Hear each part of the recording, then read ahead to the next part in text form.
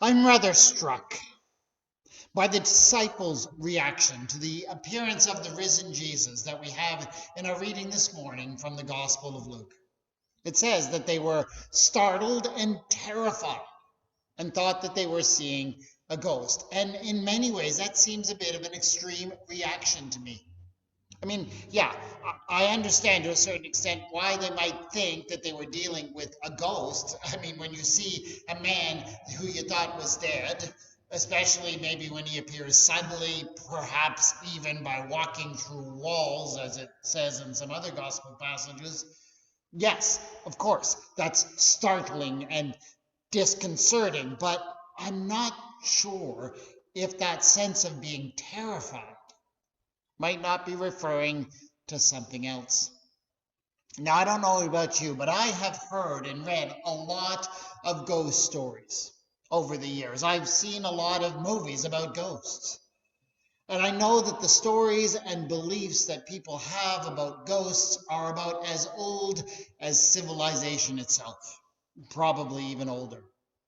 And in all of those ghost stories of ghosts, there is a terror that goes deeper than just being startled at seeing someone who you thought was dead walking around. Now, I want to be clear here. I don't actually believe in ghosts, at least not in the sense of, that there are these actual ectoplasmic beings hanging around in this world looking to haunt people or places. I don't. But I think that the idea of ghosts, in a psychological and social sense, that idea is very real and very powerful. Ghost stories reflect a deep-seated fear of death. They reflect feelings of guilt or regret for the people who have passed on and anxieties about our own legacies.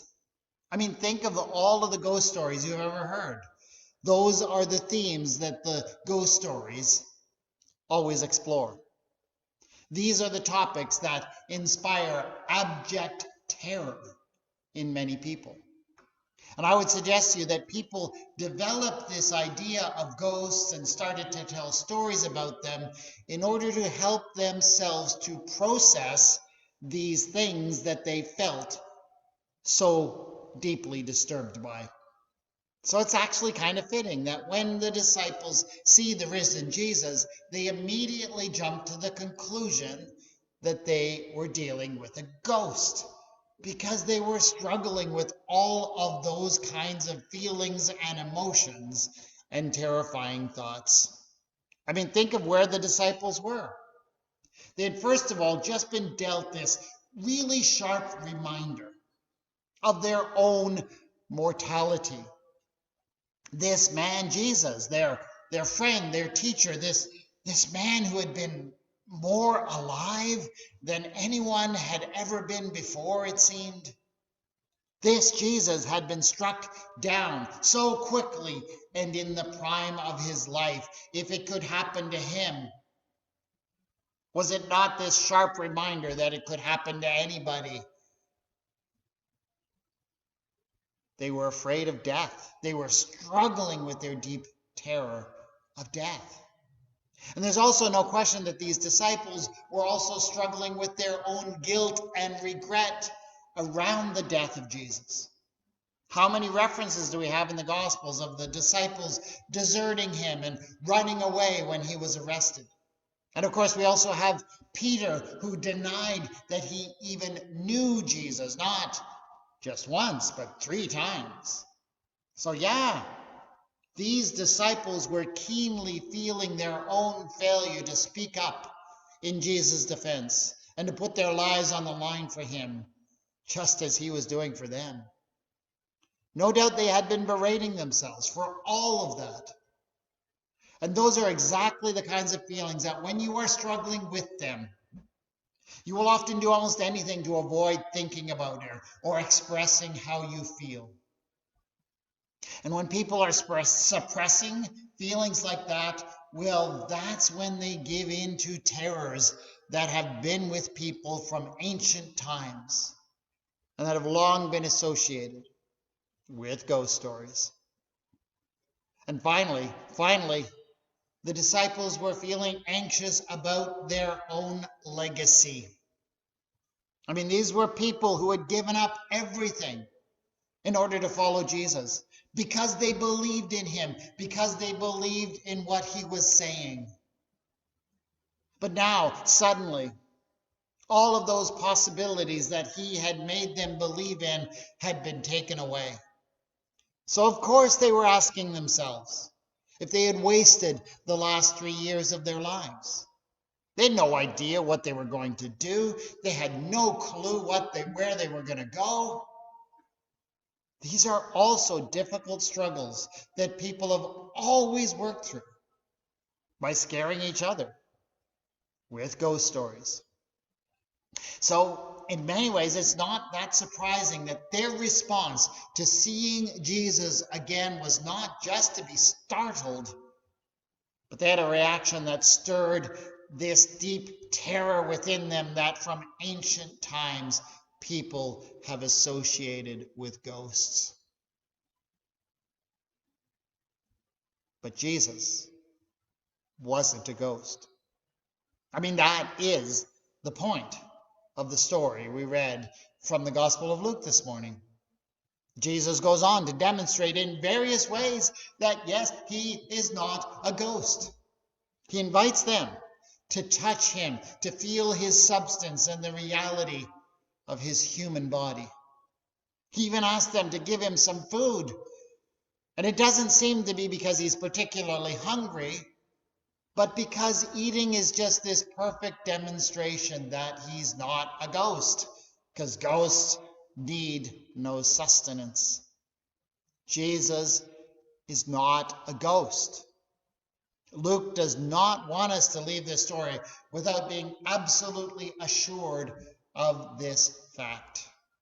And why is that? Why is it so important? Is it because Luke does not want us to miss a central Christian doctrine? The insistence that the resurrection of Jesus was a bodily resurrection? Well, yes, that is certainly part of what's going on here. Luke wants us to understand that because Jesus was raised in the body, that bodies matter, and that we need to extend our efforts to save not merely souls, but bodies as well in all the work that we do as Christians. So there's no question that Luke is indeed underlying an important theological and doctrinal point. But I think there's also another reason why Luke wants to make sure that we understand, know for certain that Jesus wasn't a ghost. Because Luke has foreseen how some people will come to think of and use this precious story of the life and the death and resurrection of Jesus. Because I'll tell you something. There is a long tradition of using the story of the death of Jesus in a way that piles the guilt and the shame onto the backs of people. I know I have heard sermons, I have read books that have tried to make me feel bad because Jesus had to suffer and die. Have you ever heard a message that went like this? Oh, do you see Jesus up there on the cross? Have you noticed how he suffers, how the pain racks his body? Do you see the shame that seizes his soul? Well, you did that to him. You with your selfish desire, with your lust, with your bad actions, with your failure to do everything that I tell you is important. Everything you have done wrong is like another nail in the hands and the feet of Jesus upon that cross. You should feel awful. Did you ever get the impression that that's how you're supposed to feel about the death of Jesus? I know I've gotten that impression. And in some ways, it actually does remind me of the sermon that we read this morning from the book of Acts, in which Peter at first seems to be very intent on making sure that everyone in the crowd is made to feel personally responsible for the crucifixion of Jesus. The God of our ancestors has glorified his servant Jesus, Peter says, whom you handed over and rejected in the presence of Pilate, though he had decided to release him. But you rejected the holy and righteous one and asked to have a murderer given to you, and you killed the author of life. I've always kind of wondered about that sermon. I mean, how did Peter think that he could persuade people to make a change in their life only by telling them that they'd done everything wrong? And I do often get the impression that that's the only gospel message some people have. All they can do is try to convince people how bad and evil they are and to shame them by telling them that Jesus had to suffer for all of that.